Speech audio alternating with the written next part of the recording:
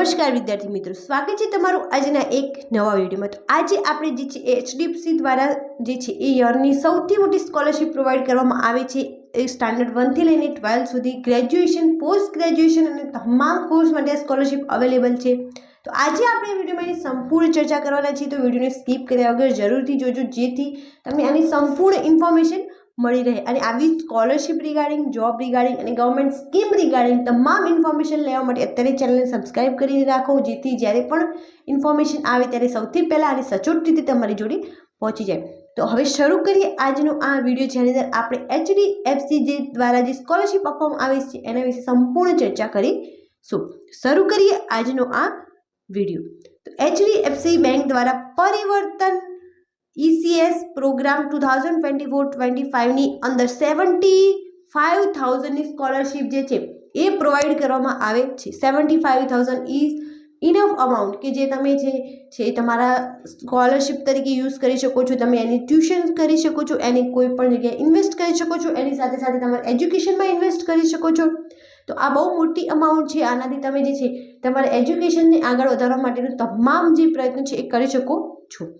હવે જોઈએ કે આની અંદર જે છે એ કઈ કઈ ડોક્યુમેન્ટની બધું જરૂર પડશે। તો એની અંદર અહીંયા સૌથી પહેલાં જે છે અબાઉટ પ્રોગ્રામ, તો અહીંયા પ્રોગ્રામની ઇન્ફોર્મેશન જે છે એ આપવામાં આવી છે અને આ જે છે એ ઓફિશિયલ વેબસાઇટ પર અવેલેબલ છે। તો તમારે આની અંદર પણ કોઈ ટેન્શન લેવાની જરૂર નથી, આ સ્કોલરશિપ જે છે એની ઓફિશિયલ વેબસાઇટ પરથી તમને મળી રહેશે અપ્લાય કરવા માટે। તો આની અંદર સેફટીના પણ કોઈ પણ ઇસ્યુ નહીં આવે અને અહીંયા પણ જાણવામાં આવેલું છે કે 75,000 રૂપીઝની સ્કોલરશિપ આની અંદર પ્રોવાઈડ કરવામાં આવે છે। એની સાથે સાથે અહીંયા અમે 3 કેટેગરીમાં ડિવાઈડ કરેલા છે કે HDFC bank Parivartan ECS program for school students, જે સ્કૂલ્સના સ્ટુડન્ટ છે, મીન્સ 1 થી લઈને 12 સ્ટાન્ડર્ડ સુધીના સ્ટુડન્ટ્સ છે એમના માટે આ સ્કોલરશિપ જે છે જેનું નામ છે merit cum need based scholarship 2024-25। તમે અહીંયા જેવું ક્લિક કરશો એટલે આ રીતે ઓપન થઈ જશે। એની અંદર એલિજિબિલિટી શું રહેશે, ત્યારબાદ એની અંદર બેનિફિટ શું રહેશે, તમને બેનિફિટ મીન્સ તમને કેટલી સ્કોલરશિપ પ્રોવાઈડ કરવામાં આવશે। તો જે 1 થી 12ના સ્ટુડન્ટ્સ છે એમને 15,000 અને 18,000ની સ્કોલરશિપ પ્રોવાઈડ કરવામાં આવે છે, કેમ કે એમની જે કોલેજ અથવા જે કહી શકાય સ્કૂલ્સ ફીસ જે હોય એ એઝ કમ્પેર્ડ ટુ જે કોલેજના સ્ટુડન્ટ્સ હોય એમના કરતાં ઓછી હોય છે।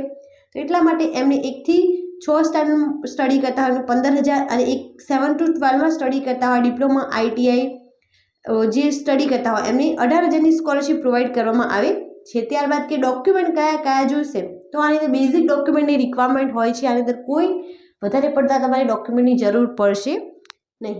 તો આજે આપણે વિડીયોમાં આની બેઝિક ઇન્ફોર્મેશન લઈએ છીએ અને જો તમને આના રિગાર્ડિંગ સંપૂર્ણ ઇન્ફોર્મેશન જોઈતી હોય તો કોમેન્ટમાં જરૂર જણાવો અને જે ઓફિશિયલ લિંક છે એ પણ હું ડિસ્ક્રિપ્શનમાં મૂકું છું, અથવા તમે આ સ્કોલરશિપનું નામ સર્ચ કરીને પણ આ જે વેબસાઇટ છે એ લઈ શકો છો। અને તમારે કે અપ્લાય કઈ રીતે કરવું, તો તમને અહીંયા અપ્લાય નાવનું જે છે ઓપ્શન્સ જોવા મળી જશે। અપ્લાય નાવ અહીંથી તમારે ડાયરેક્ટ અપ્લાય કરવાનું રહેશે અને ત્યારબાદ એમને અહીંયા સ્ટેપ્સ પણ આપેલા છે કે તમારે અપ્લાય કઈ રીતે કરો। તો click on the apply button, ત્યારબાદ અહીંયા બધે રજિસ્ટ્રેશન કરવા માટેની ઇન્ફોર્મેશન આપેલી છે। ત્યારબાદ તમે જે છે એ ડોક્યુમેન્ટ સબમિટ કરશો, તમારી બેઝિક ઇન્ફોર્મેશન આપશો એટલે તમારું ફોર્મ જે છે એ સબમિટ થઈ જશે અને ડેડલાઇન જે છે એ ડિસેમ્બર 31, 2024 છે। તો આના પહેલાં તમારે ફોર્મ જે છે એ ફિલ કરી દેવાનું રહેશે। ત્યારબાદ જે છે HDFC Parivartan ECSS program for undergraduate courses merit cum need base scholarship 2024-25।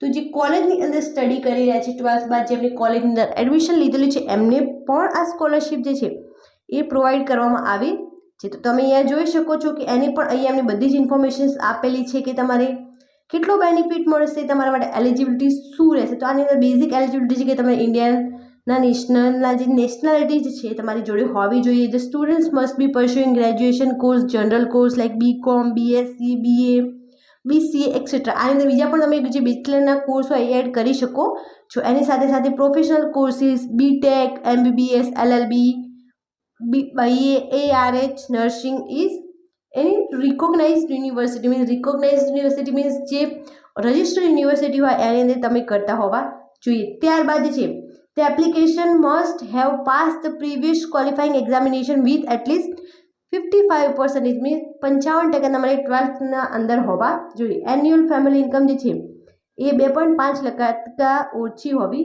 જોઈએ. Preference will be given to those applicants who are facing personal or family crisis. જેમની ફાઇનાન્શિયલ કન્ડિશન વીક હશે એમને અંદર પહેલો પ્રેફરન્સ આપવામાં આવશે. આની અંદર તમને 30,000 અને 50,000ની સ્કોલરશિપ આપવામાં આવે છે. મીન્સ જે જનરલ અંડર ગ્રેજ્યુએટના કોર્સમાં સ્ટડી કરેલી છે એમને 30,000ની અને જે પ્રોફેશનલ અંડર ગ્રેજ્યુએટમાં સ્ટડી કરેલી છે એમને 50,000ની સહાય આપવામાં આવે છે. તો આ વિડીયોની અંદર આપણે બધી ડિટેલ નથી જોતા, પરંતુ તમને કોઈ સ્પેસિફિક રિગાર્ડિંગ જોઈતી હોય ડિટેલ તો તમે કોમેન્ટમાં જરૂરથી જણાવો, જેથી આપણે એની સેપરેટલી વિડીયો બનાવી અને એની અંદર પણ અપ્લાય કરવાનું પ્રોસેસ સેમ રહેશે. તમારે અહીં અપ્લાય નાનું ઓપ્શન આપેલું છે, ત્યાં તમારે ક્લિક કરી અને અંદર અપ્લાય કરી દેવાનું રહેશે. ત્યારબાદ છે કે HDFC bank Parivartan ECSS program for post graduate courses. Post ગ્રેજ્યુએટના કોર્સિસ માટે પણ આ સ્કોલરશિપ જે છે એ અવેલેબલ છે. આની અંદર પણ એલિજિબિલિટી જે મેઇનલી જે છે એ સેમ રહેશે.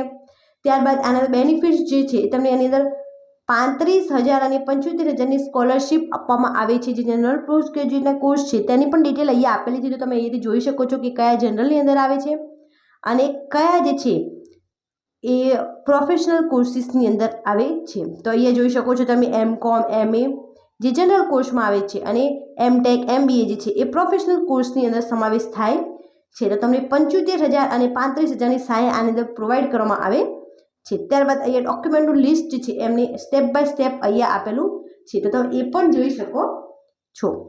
ત્યારબાદ આપણે અહીંયા જોઈએ કે એમની એપ્લિકેશન પ્રોસેસ છે, તો આની અંદર પણ એપ્લિકેશન પ્રોસેસ સેમ રહેશે. અહીંયા અપ્લાય નાવનું જે ઓપ્શન આપેલું છે ત્યાંથી તમારે આની અંદર અપ્લાય કરી દેવાનું રહેશે. ત્યારબાદ એમને અહીંયા બેઝિક ઇન્ફોર્મેશન્સ આપેલી છે કે અમુક વિદ્યાર્થીઓને ક્વેશ્ચન્સ હોઈ શકે છે, તમારે પણ આની અંદર કોઈ પણ ક્વેશ્ચન હોય તો તમે એ પ્લસનું જે ચિહ્ન છે ત્યાં ટચ કરી અને તમારો જે પણ ક્વેશ્ચન હોય પૂછી શકો છો. તો આની અંદર મેઇનલી 3 જે સ્કોલરશિપ જે છે એ અવેલેબલ છે, પોસ્ટ ગ્રેજ્યુએટ માટે, અંડર ગ્રેજ્યુએટ માટે અને 1 થી 12થના જે સ્ટુડન્ટ્સ હોય એમના માટે પણ અહીંયા સ્કોલરશિપ અવેલેબલ છે. તો આ 3માંથી જેમાં તમે આવતા હોય એમની અંદર તમારે અપ્લાય કરી જે છે અને આ સ્કોલરશિપનો લાભ તમે લઈ શકો છો. અને આ જે સ્કોલરશિપ જે છે એ HDFC બેંકની જે ઓફિશિયલ વેબસાઇટ છે એના પર અવેલેબલ છે. તો તમે આની અંદર સેફ્ટીનો પણ કોઈ ઇસ્યુ નહીં આવે. તો આને વધુથી વધુ વિદ્યાર્થીઓ જોડે શેર કરો, કેમ કે આની અંદર બહુ બધા વિદ્યાર્થીઓને સ્કોલરશિપ મળવાપાત્ર રહે છે. અને આની રિગાર્ડિંગ કોઈ પણ ડિટેલમાં વિડીયો જોતો હોય તો કોમેન્ટમાં જરૂર જણાવો, જેથી હું એના રિગાર્ડિંગ અલગથી વિડીયો બનાવું, જેથી તમને એ પરફેક્ટ આ 3ની અંદરથી જે પણ જરૂરી હોય એના રિગાર્ડિંગ સંપૂર્ણ ઇન્ફોર્મેશન મળી રહે. આની અંદર 75,000ની સ્કોલરશિપ પ્રોવાઈડ કરવામાં આવે છે. આ જે તમે તમારા કોર્સ પ્રમાણે આપવામાં આવે છે, તમે 1 થી 12થમાં સ્ટડી કરી રહ્યા છો તો તમને 15,000 થી 18,000. ત્યારબાદ તમે અંડર ગ્રેજ્યુએશનમાં સ્ટડી કરી રહ્યા છો તો તમને 35,000 સુધીની, અને જો તમે પોસ્ટ ગ્રેજ્યુએશનની અંદર સ્ટડી કરી રહ્યા છો તો તમને 75,000ની સ્કોલરશિપ પ્રોવાઈડ કરવામાં આવે છે, જે બહુ યુઝફુલ થશે તમારા ડેવલપમેન્ટ, તમારા કરિયરના ડેવલપમેન્ટ માટે. તો આની અંદર ચોક્કસપણે અપ્લાય કરો, કેમ કે અપ્લાય કરવું એકદમ ઇઝી છે અને આની અંદર તમારે કોઈ પણ પૈસા પણ ખર્ચવાની જરૂર નથી. આ તમે ઘરે બેઠા તમારા ફોનની અંદર ભરી શકો છો. Thank you so much for watching.